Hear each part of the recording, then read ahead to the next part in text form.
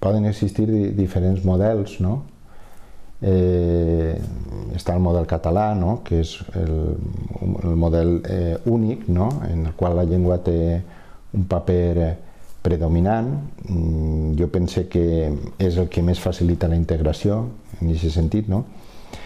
I així en un determinat moment es va optar per el sistema de línies en el qual la línia predominant havia de tindre una sèrie d'assignatures de l'altra llengua cooficial, no? Les línies en valencià, algunes línies en castellà, algunes assignatures en castellà i viceversa, no?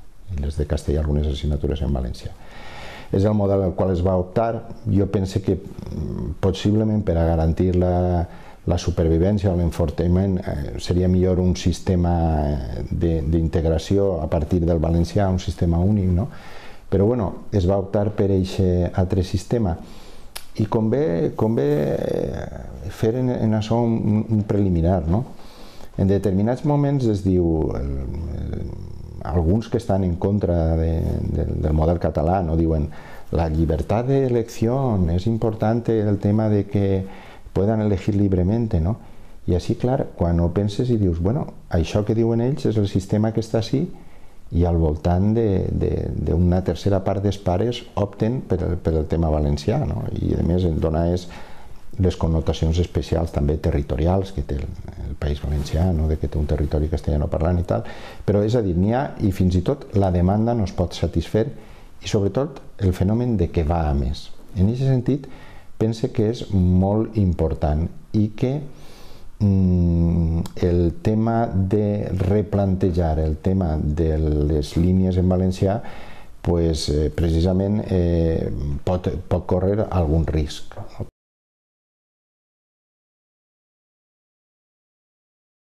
Perquè les línies en valencià acarreja tot un món en el sentit de que un col·legi en línia en valencià suposa que els pares facin activitats extraescolars, a lo millor que facin excursions per a xiquets i que per tant tinguin que atendre a empreses, tinguin que relacionar-se amb empreses que ja han de tindre un perfil del valencià a l'hora de donar els seus servicis.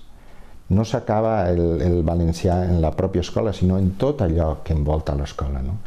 Les reunions de pares, inclús pares castellanoparlants, s'afanyen a parlar en valencià o procuren per a tractar d'incorporar-se perquè és el perfil propi de la línia, no? I pense que és un poc lamentable i en aquest sentit, per exemple, l'acadèmia jo pense que ha sigut prou ponderada a l'hora de formular les crítiques, perquè, per exemple, s'ha criticat en un determinat moment el tema de que no es dona satisfacció a tots aquells que volen línia en valencià en l'àmbit escolar, de primària, secundària, de batxillerat, no?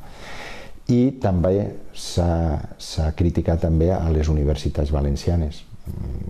També moltes vegades sembla que en les universitats, o en concret a la Universitat de València, està molt assumit lo del valencià, quan després rasques i veus que no és així.